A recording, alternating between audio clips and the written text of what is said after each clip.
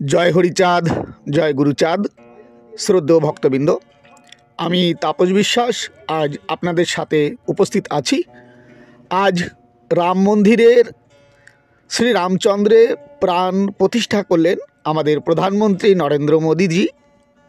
আসুন আপনাদের আমি দেখাই কিভাবে প্রাণ প্রতিষ্ঠা করলেন আমাদের আদরণীয় প্রধানমন্ত্রী শ্রী নরেন্দ্র মোদীজি, এবং তার মূল্যবান বক্তব্যের কিছু অংশ আপনারা শুনুন। सियावर रामचंद्र की जय। मेरे प्यारे देशवासियों, राम राम। जीवन के कुछ क्षण ईश्वरीय आशीर्वाद की वजह से ही यथार्थ में बदलते हैं। आज हम सभी भारतीयों के लिए, दुनिया भर में फैले राम भक्तों के लिए ऐसा ही पवित्र अवसर है। हर तरफ प्रभु श्री राम की भक्ति का अद्भुत वातावरण, चारों दिशाओं में राम नाम की धुन, राम भजनों की अद्भुत सौंदर्य माधुरी। मेरा सौभाग्य है कि मुझे भी इस पुण्य अवसर का साक्षी बनने का अवसर मिल रहा है। ये मेरे लिए कल्पनातीत अनुभूतियों का समय है। मैं भावुक हूँ, भाव विह्वल हूँ।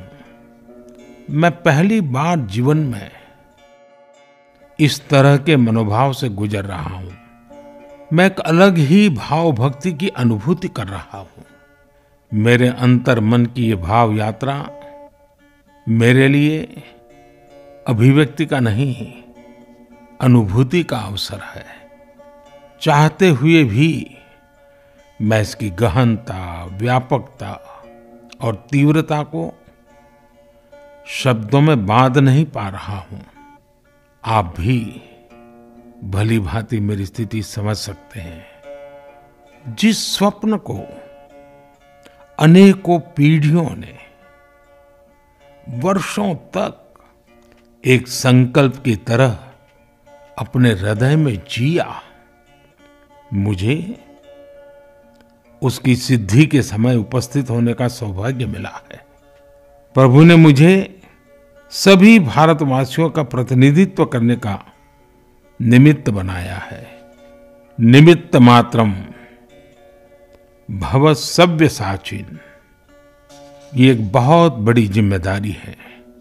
जैसा हमारे शास्त्रों में भी कहा गया है, हमें ईश्वर के यज्ञ के लिए, आराधना के लिए स्वयं में भी दैवीय चेतना जागृत करनी होती है। इसके लिए शास्त्रों में व्रत और कठोर नियम बताए गए हैं, जिन्हें प्राण प्रतिष्ठा से पहले पालन करना होता है। इसलिए आध्यात्मिक यात्रा की कुछ तपस्वी आत्माओं और महापुरुषों से मुझे जो मार्गदर्शन मिला, उन्होंने जो यम नियम सुझाए हैं, उसके अनुसार मैं आज से 11 दिन का विशेष अनुष्ठान आरंभ कर रहा हूं। इस पवित्र अवसर पर मैं परमात्मा के श्री चरणों में प्रार्थना करता हूं, ऋषियों, मुनियों, तपस्वियों का पुण्य स्मरण करता हूं और जनता जनार्दन जो ईश्वर का रूप है, उनसे प्रार्थना करता हूं कि आप मुझे आशीर्वाद दें, ताकि मन से, वचन से, कर्म से मेरी तरफ से कोई कमी ना रहे। साथियों, मेरा ये सौभाग्य है कि 11 दिन के अपने अनुष्ठान का आरंभ मैं नासिक धाम पंचवटी से कर रहा हूं। पंचवटी वो पावन धरा है जहां प्रभु श्री राम ने काफी समय बिताया था। और आज मेरे लिए एक सुखद संयोग ये भी है कि आज ये स्वामी विवेकानंद जी ही तो थे जिन्होंने हजारों वर्षों से आक्रांतित भारत की आत्मा को झकझोरा था। आज वही आत्मविश्वास भव्य राम मंदिर के रूप में हमारी पहचान बनकर सबके सामने है। और सोने पर सुहागा देखिए,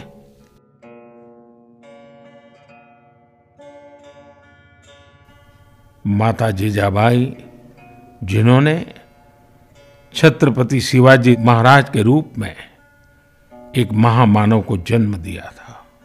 आज हम अपने भारत को जिस अक्षुण्ण रूप में देख रहे हैं, इसमें माता जीजाबाई जी का बहुत बड़ा योगदान है।